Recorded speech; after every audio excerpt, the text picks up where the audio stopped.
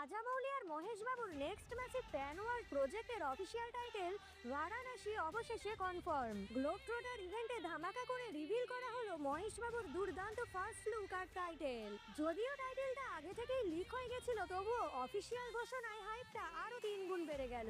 বারাণসী শুধু একটা সিটি নয়, এটা লাইট, নলেজ আর স্পিরিচুয়ালিটির একটা সিম্বল। নাম থেকেই পরিষ্কার বোঝা যাচ্ছে যে সিনেমাটা মাইথোলজি আর অ্যাডভেঞ্চারের মিক্স আপ হতে চলেছে। শোনা যাচ্ছে মুভির বাজেট নাকি 1000 কোটিরও বেশি।